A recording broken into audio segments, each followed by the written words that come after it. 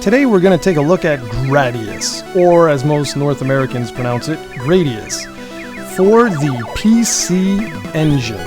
Believe it or not, but this was released back in November 1991, and that might have you scratching your head because this was originally released on the NES and in the arcades way before that. And to just give you an idea of sort of the time frame here, in 1991, the Super Nintendo received Gradius 3, or Gradius 3. Let's just call it Gradius from here on out.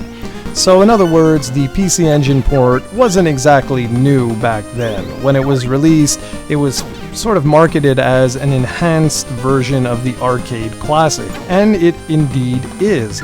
It features deeper color palettes and just more of a rearranged soundtrack compared to the NES and the arcade original.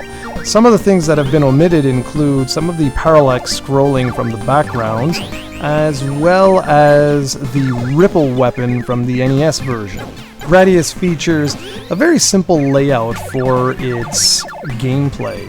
The way this works is, well, pretty much as any horizontal shooter. You just make your way from left to right, destroying everything in your path. Along the way, you'll come across some weapon orbs. If you get those and you look at the bottom of your screen, you'll see that you move from one position on the weapon gauge to the next. So essentially, you can save your weapons so that you can basically trigger them when you want them and which weapons you want. So in other words, you could save up for options, or you could just go ahead and activate the speed boost right away. It's entirely left up to you.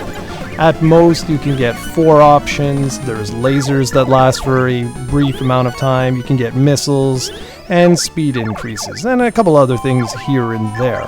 Unfortunately, this version of Gradius features a ton of slowdown, and that is especially true when you get to the level with the Easter Island heads and you happen to have 4 options. There's basically just way too much going on at the screen at once.